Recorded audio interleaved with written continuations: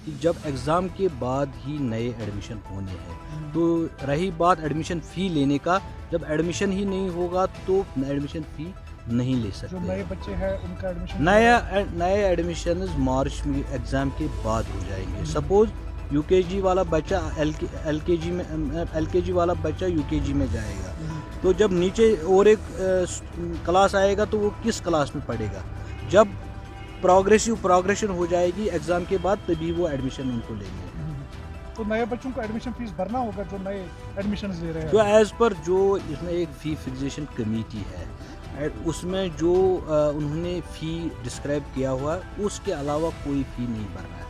What has been done by the fee fixation committee, वही fees देना है और कोई फ़ीस नहीं देना है। उसके लिए बाज़ाब्ता फ़ी फिक्सेशन कमेटी के ऑर्डर्स पहले ही आ चुके हैं। तब तो विंटर फीस जो है वो भरना होगा अभी पेरेंट्स को। विंटर में देखिए, विंटर में आप बच्चों को टीचर्स को सैलरी देनी होती है, जो ट्यूशन फ़ी होता है वो उनको भरना है, लेकिन ट्रांसपोर्ट फ़ी उसमें नहीं भरना है, क्योंकि they won't be availing that facility. लेकिन विंटर में हमें प्राइवेट टीचर्स को भी सैलरी देनी है, इसलिए जो ट्यूशन फ़ी होता है वो विंटर में। पेरेंट्स ये क्लेम कर रहे हैं कि सेम जो क्लास की फीस है वो हमें भरनी पड़ेगी, क्योंकि नवंबर अगले साल ये अगले साल उतना ही आएगा। जब अगले साल वो उनका बच्चा अप्रैल में दूसरे क्लास में आएगा, तो अप्रैल से आएगा ना, ये बराबर वही दिसंबर से लेकिन एक साल में पहले इनिशियल हिकअप्स आते हैं, उसको हमें ट्रांजिशन फेज में है।